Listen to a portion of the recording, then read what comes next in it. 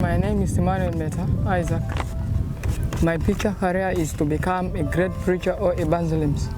The reason why I say this because it is written in Matthew 28 verse 19 that God, Jesus Christ, when he was going back to heaven, he told all his apostles that go and make a disciple of all nations, baptize them in the name of the Father and of the Son and of the Holy Spirit. And all these things is a command to everyone who is here in the world.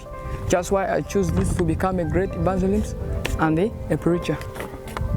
My experience is I thank all this affirmative art to come also again to come and inform all the people so that those who didn't know who they are, so they come and to know who. And also I think that I came to know who I am because I have understand my career. When somebody come and ask me that what is your career, I can able to tell them. Because I have this one, I knew that I will be successfully on this.